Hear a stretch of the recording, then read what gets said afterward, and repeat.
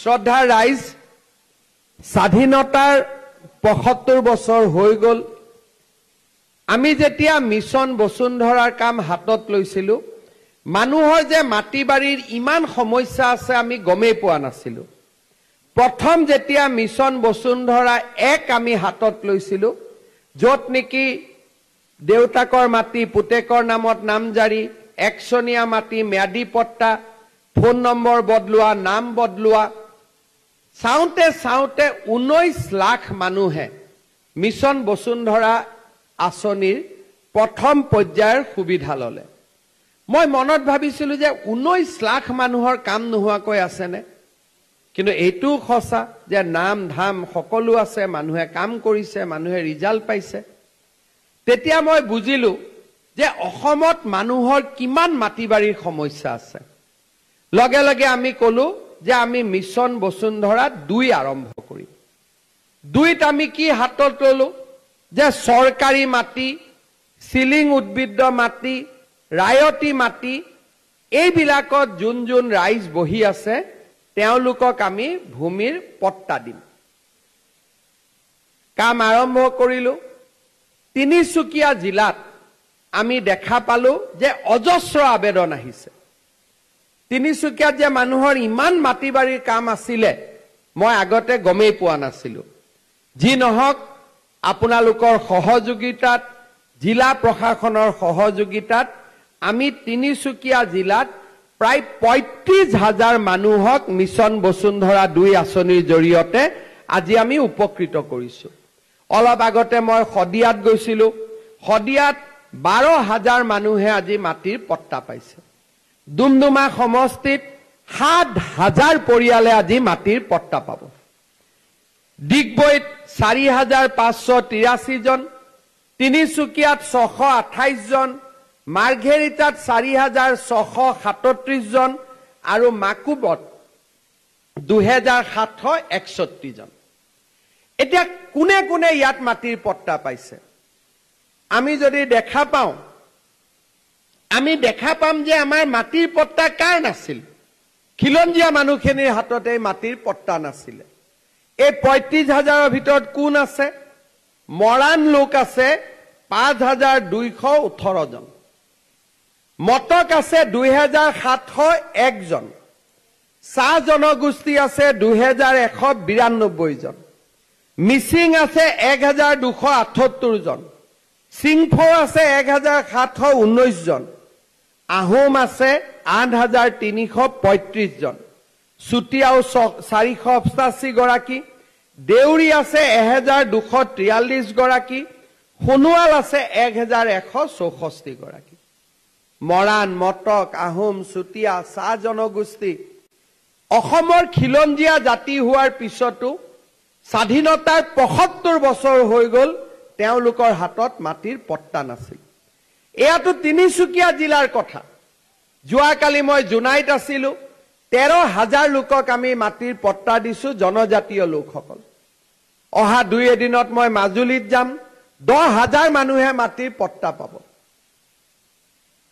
আৰু এতিয়া মোক বহুত ৰাইজে কৈছে যে আমি আমাৰ কাম মিছন বসুন্ধৰা ২ত হোৱা নাই। তেতিয়া মই কৈছোঁ ঠিক আছে, ২ত হোৱা নাই যদি আমি আকৌ ৩ আৰম্ভ কৰিম। আৰু ৩ নিয়ম নীতিও আমি অলপ শিথিল কৰি দিম। বসুন্ধৰা ৩ত ২ত আমি এটা চৰ্ত দিছিলোঁ যে এজন মানুহে মাটি পাবৰ কাৰণে ৩টা প্ৰজন্ম সেই জাগাত থাকিব লাগিব। বহুতৰ কাগজ নাই, লিগেচি নাই, মাটি পোৱা নাই। সেইকাৰণে এইবাৰ আমি সিদ্ধান্ত লৈছোঁ যে চাহ জনগোষ্ঠীৰ বাবে আমাক কোনো ৩টা প্ৰজন্মৰ মাটিৰ কাগজ নালাগে, আমি ডাইৰেক্টলি তেওঁলোকক মাটিৰ এলটমেণ্ট দি দিম। তাৰ লগত মৰাণসকলৰ পৰাও আমি মাটিৰ কাগজ নিবিচাৰোঁ, মটকৰ পৰাও আমি নিবিচাৰোঁ, মিচিঙৰ পৰাও নিবিচাৰোঁ, আহোমৰ পৰাও নিবিচাৰোঁ, চিংফৌ, নেপালী, চুতীয়া, দেউৰী, সোণোৱাল, আমি তেওঁলোকৰ পৰা মাটিৰ কাগজ, আমি ৩টা জেনেৰেশ্যনৰ কাগজ নোখোজো। যদি মাটিত বহি আছে আমি মাটিৰ পট্টা মিছন বসুন্ধৰা ৩ত আমি দি দিম। আৰু নতুনকৈ আবেদনো কৰিব নালাগে। ২ত যিখিনি আবেদন আছে সেইখিনি আমি 3ত লৈ লম যদি কোনোবাই আবেদন আগত কৰা নাছিল তেওঁলোককো আমি নতুনকৈ আবেদন কৰাৰ সুবিধা দিম ৰাইজক মই এটা কথা ক'ব খোজো যেতিয়া পোৰ্টেলত আমি আবেদন কৰো কোনোবা এটা মোবাইল এডি কৰিব লাগে পিছত আমি মোবাইল নম্বৰ পাহৰি যাওঁ আৰু চৰকাৰৰ খবৰবিলাক মোবাইলতে গৈ থাকে সেইকাৰণে 3ৰ ক্ষেত্ৰত আপোনালোকে মোবাইল নম্বৰটো যিটো পিছত বিচাৰি পাব তাতহে আপোনালোকে এইটো মোবাইল নম্বৰ দিব অলপ আগতে আপোনালোকে দুমদুমাত দেখিলে যে আমি 7000 পাত্তা চৰকাৰৰ ঘৰৰ পৰা ডিজি লকাৰলৈকে পঠাই দিলো ডিজি লকাৰ মানে কি আপোনালোকৰ মোবাইলতে ডিজি লকাৰটো আছে এতিয়া মোবাইল খুলিলে পুৰণা কেতিয়া আবেদন কৰিছিল মোবাইল বদলিলে সিম কাৰ্ড বদলিলে এতিয়া আমি বিচাৰিয়ে নাপাম কিন্তু ডিজি লকাৰত যদি এবাৰ পট্টাখন থাকে পট্টাখন হেৰালেও আমি চৰকাৰৰ ঘৰত আহিব নালাগে আকৌ এবাৰ ডিজি লকাৰৰ পৰা প্ৰিন্ট আউট এটা উলিয়াই ল'ব পাৰো এই আধুনিক ব্যৱস্থাবিলাক আমি কৰিছো যাতে মানুহে চৰকাৰী কাৰ্যালয়ত গৈ হাবাথুৰি খাব নালাগে যি নহক যিসকলৰ ডিজি লকাৰটো বিচাৰি উলিয়াব নোৱাৰিব তেওঁলোকৰ বাবে আমি কাউণ্টাৰ খুলি দিছো মিটিঙৰ পিছত কাউণ্টাৰৰ পৰা আপোনালোকে পট্টাখন লৈ যাব পাৰিব শ্ৰদ্ধাৰ ৰাইজ এতিয়া আমি আহো যে আজি এই যে পট্টা বিতৰণ ইমান মানুহক আমি মাটিৰ পট্টা দিবলগীয়া হৈছে তাৰ কাৰণ কি কৰবাত 1500 মানুহৰ পট্টা নাই কোনোবা মানুহৰ বানপানীত মাটি গৈছে তেওঁক পট্টা দিব লাগে সেইটো বেলেগ কথা কিন্তু লাখ লাখ মানুহৰ ঘৰত মাটিৰ পট্টা নাই পট্টা নোহোৱাৰ কাৰণে কি হৈছে যে মই ইয়াত বহি আছো বহুত দিনৰ পৰা মাটিটো মোৰ বিক্ৰী কৰিলে মানুহে মাটিৰ কাগজ সুধে কাগজ নাই গতিকে মোক দখলৰ দাম দিয়ে মাটিৰ দাম নিদিয়ে যে তোক দখল সত্ৰটো এৰি দে তাৰ কাৰণে পইচা দিম কিন্তু মাটিৰ মূল্য আমি নিদিওঁ আজিৰ পৰা আপোনালোকে ম্যাদী পট্টাৰ মূল্য পাব কাৰণ আপোনালোক মাটিৰ আজিৰ পৰা গৰাকী হ'ল বেংকত লোন ল'ব লাগে মাটিটো নহলে বেংকে লোন নিদিয়ে আজিৰ পৰা আপোনালোকে বেংকত যাব পাৰিব আৰু চৰকাৰে যদি কিবা কাৰণত মাটি অধিগ্ৰহণো কৰে আপোনালোকে মাটিৰ মূল্যৰ 4 গুণ পাব কাৰণ আপোনালোক ম্যাদী পট্টাৰ অধিকাৰী ইয়াৰ আগতে পট্টা নাছিলে গতিকে দখলৰ কাৰণে অকনমান টকা দি দিছিলে আৰু তাতকৈ ডাঙৰ কথা যে যিসকল পট্টাদাৰ তেওঁলোকে খেতি বাতিও কৰে মাটিৰ পট্টাখন পোৱাৰ লগে লগে প্ৰধানমন্ত্ৰীৰ কৃষক সন্মান নিধি আঁচনি পাবৰ কাৰণে আপোনালোক যোগ্য বুলি বিবেচিত হ'ব বছৰত 6000 টকা প্ৰধানমন্ত্ৰীৰ পৰা আপোনালোকে পাই থাকিব মই ৰূপেশ গোৱালা ডাঙৰীয়াক অনুৰোধ কৰিম যে আজিৰ মাটিৰ পট্টা পোৱা যিসকল কৃষিৰ লগত জড়িত ক্ষুদ্ৰ চাহ বাগিচাই হওক বা আন কৃষিৰ লগত জড়িত হওক তেওঁলোকক যাতে আমি কৃষক সন্মান নিধিৰ লগত জড়িত কৰি দিওঁ 6000 টকা কৰি আমি বছৰি পাই থাকিম আজি আপোনালোকে চিন্তা কৰক এই মাটিৰ পট্টাখন নোহোৱা কাৰণে আমাৰ পৰিচয় নাছিল আমি ভূমিপুত্ৰ হয় বুৰঞ্জীত হয় চৰকাৰী ঘৰত আমাৰ কোনো ভূমিপুত্ৰৰ হিচাপ নিকাচ নাছিল আজিৰ পৰা আমি সন্মান উভতাই পালো আমাৰ পিছৰ প্ৰজন্মবিলাকো সুৰক্ষিত হ'ল 7000 পৰিয়াল ৰূপেশ গোৱালাই মোক কৈছে যে আৰু কিছু বাকি আছে দুমদুমাত পাবৰ কাৰণে মিছন বসুন্ধৰা 3ত পাব 3ৰ পিছত আমি আৰু 4 নলিয়াও 2026ৰ আগতে আমি অসমৰ মানুহৰ মাটি বাৰীৰ সমস্যাখিনি আমি শেষ কৰি পেলাব খুজিছো আপোনালোকে আমাক সহযোগিতা কৰিব আৰু আমি এই সমস্যাবিলাক সমাধান কৰিম সৰু সৰু সমস্যা মাটিৰ পট্টা আছে 4টা ভায়েক আছিল এটা বুঢ়াৰ ল'ৰা ছোৱালী 4টাৰ নামতে পাট্টা হৈ আছে এজমালি পট্টা এটা পট্টাখন ভাগ হোৱা নাই ভায়েক ককায়েকৰ মাজত কাজিয়া লগায় আকৌ মণ্ডল বিলাকে গৈ মাজত কণ্ডল লগাই দিয়ে অলপ বেছি কৰি এতিয়া আমি ঠিক কৰিছো নহয় সৰু কথা কিন্তু এই সৰু কথাটোৰ পৰা 4জন ভায়েক ককায়েকৰ মাজতে কাজিয়া হৈ যায় সেইকাৰণে আমি ঠিক কৰিছো যে বসুন্ধৰা 3ৰ সময়ত আমি এজমালি পট্টাবিলাকো আমি বিভক্ত কৰি দিম। বাগানৰ মাটিত বহুত দিনৰ পৰা বাগিচাৰ লোকসকল আছে, তাত খেতিও নহয়, একো নহয়, উদ্ভিদ মাটি, তাত পট্টা দিয়াত কি অসুবিধা থাকিব পাৰে?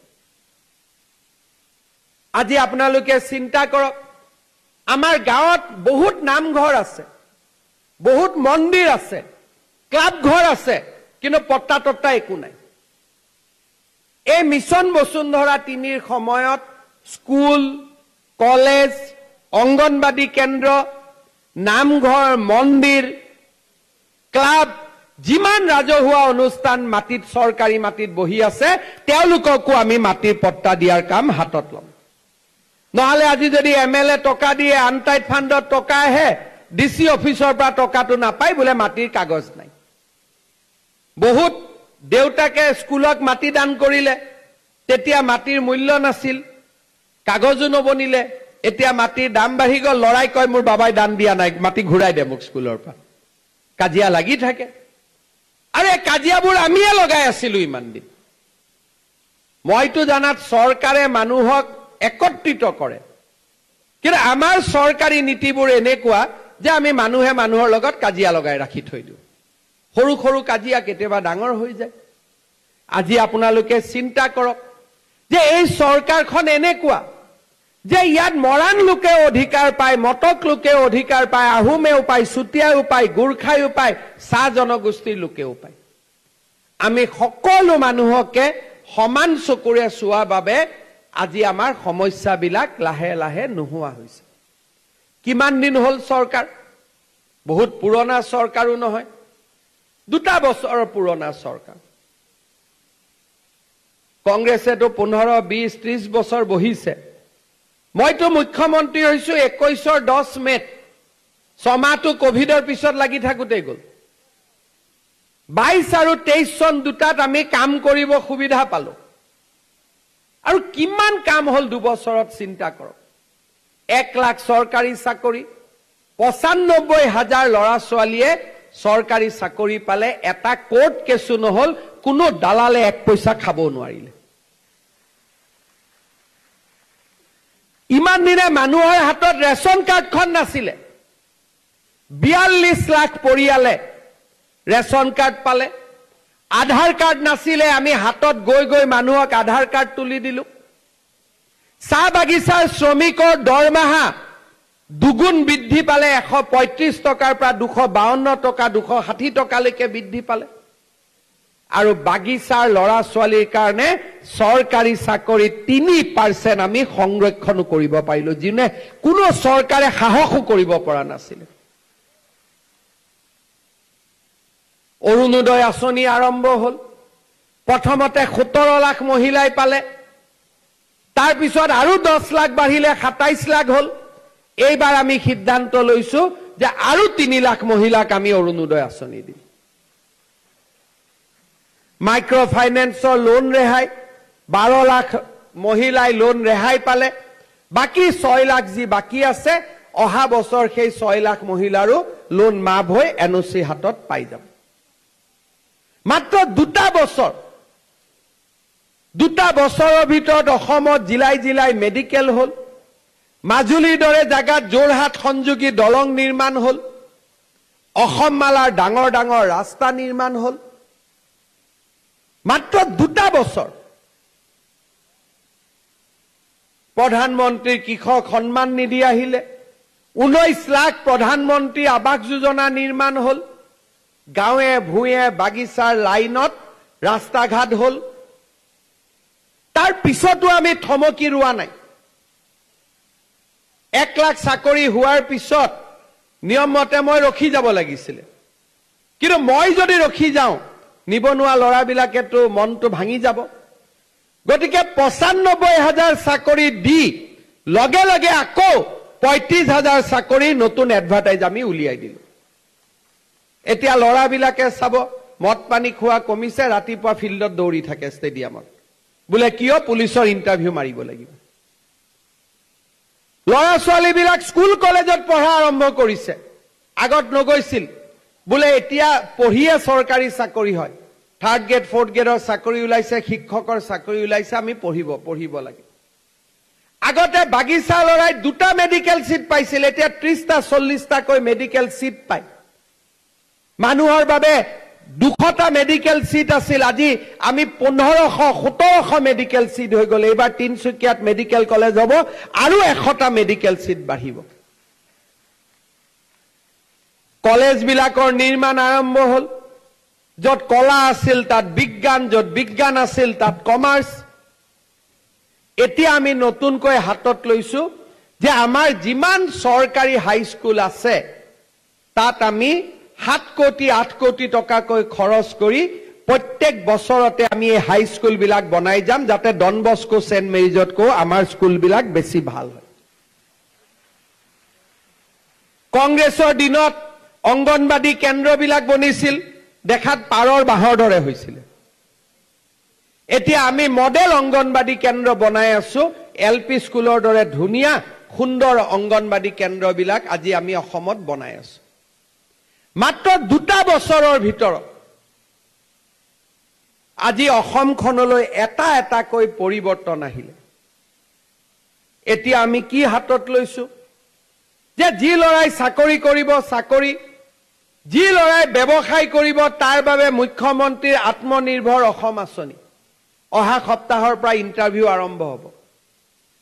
মহিলাসকলে বহুত দিন আত্মসহায়ক গ্ৰুপ বনালে, আহা যোৱা কৰি আছে। এইবাৰ আমি কৈছো নহয়, আইসকলক লাখপতি বাইদেউ বনাব লাগিব। বনিব ইচ্ছা আছেনে নাই? কাৰ কাৰ নাই হাত দাঙকচোন। নাই বনিব? লাখপতি হবৰ কাৰ কাৰ ইচ্ছা আছে তেওঁলোকে হাত দাঙক এতিয়া। ফৰ্ম নিলে নে নাই? ফৰ্মখন আনিলে নে নাই? কালেকশ্যন কৰিলে নে নাই? এতিয়া ফৰ্মখন যদি ঘৰত ৰাখি থৈ দিয়ে কামটো নহব। এইকেইদিনতে ফৰ্মটো ফিল আপ কৰিব। 3, 4, 5 তাৰিখে আমি আপোনালোকৰ পৰা ফৰ্মটো ঘূৰাই ল'ম আৰু তাৰ পিছত ফৰ্মখিনি পৰীক্ষা কৰি কোনোবা এদিন আপোনালোকৰ বেংকত একাউণ্টত 10,000 টকা টিপলিং কৰি সোমাই দিম। ঠিক আছে? যেতিয়া 10,000 টকা পাব তেতিয়া গিৰিয়েকেও ক'ব দে মোক পইচা কেইটা দে। তেতিয়া আপোনালোকে ক'ব নহয় এইকেইটা পইচা নলবি, এইকেইটাৰ পৰা কণী পাৰিব। কেনেকে কণী পাৰিব? এই যিসকলে 10,000 টকা পাই ভাল কাম কৰিব তেওঁলোকক আমি 25,000 টকা দিম। এই 25,000 টকাৰ 12,500 আপোনালোকে বেংকত ঘূৰাই দিব লাগিব। 12,500 ঘূৰাই দিব নালাগে, সেইটো আমি আপোনালোকক ফ্ৰী কৰি দি দিম। 10 25 কিমান হ'ল? 35। আৰু 35,000 টকা লৈ যদি আপোনালোকে ভাল কাম কৰে আপোনালোক লাখপতি হ'বই, তাত কোনো টেনচন নাই। ইমানখিনি উপাৰ্জন আমি কৰিব পাৰিমেই। গতিকে আমি এই ধৰণৰ নতুন চিন্তা কৰিছো। এতিয়া মই স্কুলত গলো অলপ আগতে, টিপুক বাগিচা নহয় ৰূপেশ টিপুকত গৈছিলো না অলপ আগতে স্কুলত। টিপুক বাগিচাৰ আমি LP স্কুলত গলো। ছোৱালীবিলাক পঢ়ি আছে, সিহঁতে লাহেকৈ মেট্ৰিক পাছ কৰিব।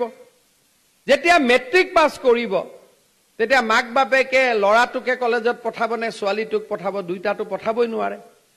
গতিকে ল'ৰাটোক কলেজত পঠাই দিব, ছোৱালীটোক বিয়া হ'ব কৈ দিব। আমি কৈছো নহয়, ল'ৰাটোক দেউতাক মাকে পঢ়াওক, ছোৱালীটোক আমি পঢ়াই দিম। আমি আগতে কি কৰিলো? এডমিশন বিনামূলীয়া কৰি দিলো। এইবাৰ আমি নতুন সিদ্ধান্ত লৈছো যে যিমান ছোৱালীয়ে মেট্ৰিক পাছ কৰি কলেজত এডমিশন ল'ব তেওঁলোকক 10,000 টকা আমি বেংকৰ একাউণ্টত দি দিম। আকৌ যিবিলাকে হায়াৰ ছেকেণ্ডাৰী পাছ কৰি ডিগ্ৰীত এডমিশন ল'ব তেওঁলোকৰ একাউণ্টত আমি 12,500 টকা সোমাই দিম। আৰু যিবিলাকে ডিগ্ৰী পাছ কৰি এইবাৰ পোষ্ট গ্ৰেজুৱেটত এডমিশন ল'ব তেওঁলোকৰ বেংক একাউণ্টত আমি 15,000 টকা সোমাই দিম। আপোনালোকে চিন্তা কৰক, 1 লাখ চৰকাৰী চাকৰি, ৰেচন কাৰ্ড, অৰুণোদয়, ছোৱালীৰ বাবে পঢ়াৰ খৰচ, স্কুটি, চাইকেল, মাইক্ৰ ফাইনেন্স, বসুন্ধৰা, মেডিকেল কলেজ, ৰাস্তা ঘাট, স্কুল, অংগনবাদী 2 বছৰৰ ভিতৰতে আমি কিমান বিলাক কাম কৰাৰ বাবে চেষ্টা কৰিছো। আপোনালোকে আমাক যিমান ভোট দিছিলে সেই প্ৰতিটো ভোটক আমি বিকাশ আৰু উন্নয়নৰ জৰিয়তে আপোনালোকৰ ওচৰত উভতাই দিবৰ বাবে আমি চেষ্টা কৰিছো।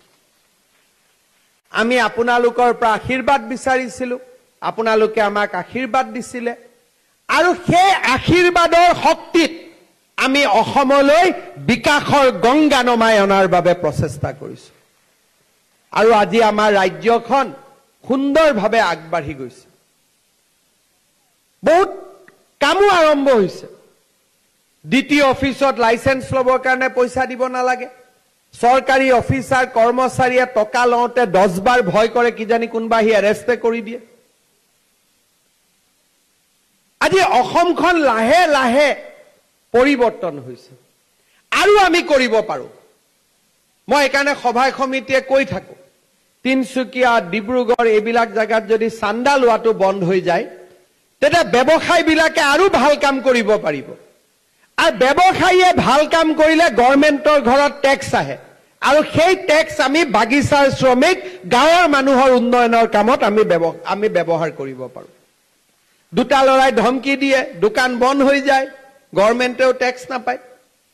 সেইকাৰণে আমি কৈছো যে অসমৰ বেমাৰ কি? এটা আন্দোলন ডাঙৰ বেমাৰ আছিলে, এটা ডাঙৰ বেমাৰ চান্দা আছিলে, এটা ডাঙৰ বেপাৰ জাতিৰ লগত জাতিৰ কাজিয়া পেচাল লগোৱা আছিলে। এই বেমাৰবিলাক আমি লাহে লাহে নোহোৱা কৰিব লাগিব। আজি মই এতিয়া গাঁৱত যাওঁ, 2-এখন মোক এপ্লিকেশ্যন আহে যে সুদখোৰৰ কাৰণে আমাৰ বহুত গাঁৱত থাকিব কষ্ট হৈছে। 100 টকা মই ধাৰ লৈছিলো, এতিয়া মাহত 10 টকা ইন্টাৰেষ্ট দিব লাগে, 20 টকা ইন্টাৰেষ্ট দিব লাগে। সেইকাৰণে এইবাৰ মই ঠিক কৰিছো, সুদত টকা ধাৰ লিয়া মানুহবিলাককো জেলত ভৰাই দিম। এইবিলাক মানুহেও মানুহৰ তেজ চুহি আছে। আমি অসমখনত সব বেয়া কাম বন্ধ কৰিব খুজিছো। ল'ৰা ছোৱালী স্কুলত যাওক, পঢ়ক, চাকৰি নামত পইচা ললেতো সবচে মোৰেই লাভ হয়, কিন্তু আমি কৈছো এইবিলাক আমাক নালাগে। এতিয়া আমি চিন্তা কৰিছো যে যিমান মানুহৰ ৰেচন কাৰ্ড আছে সকলোকে যদি আমি একোটা অৰুণোদয় দি দিব পাৰো, তেতিয়া কোনে পাইছে কোনে নাই পোৱা তাৰো হিচাপ একেদিনাই নোহোৱা হৈ যাব। এইবাৰ তাৰ কাৰণেও আমি নতুনকৈ চিন্তা চৰ্চা আৰম্ভ কৰিছো। ৰেচন কাৰ্ড আছে 52 লাখ, অৰুণোদয় আছে 27 লাখ, আৰু 20-22 লাখ যদি আমি অৰুণোদয় দি দিব পাৰো, প্ৰত্যেক ৰেচন কাৰ্ডৰ মানুহে একোটা অৰুণোদয়ও পালে, ৰেচন কাৰ্ডও পালে, তাৰ ওপৰত অৰুণোদয়ও পালে, 5 লাখ টকাৰ চিকিৎসাৰ কাৰণে প্ৰধানমন্ত্ৰী আয়ুষ্মান ভাৰত, মুখ্যমন্ত্ৰী আয়ুষ্মান অসম পালে।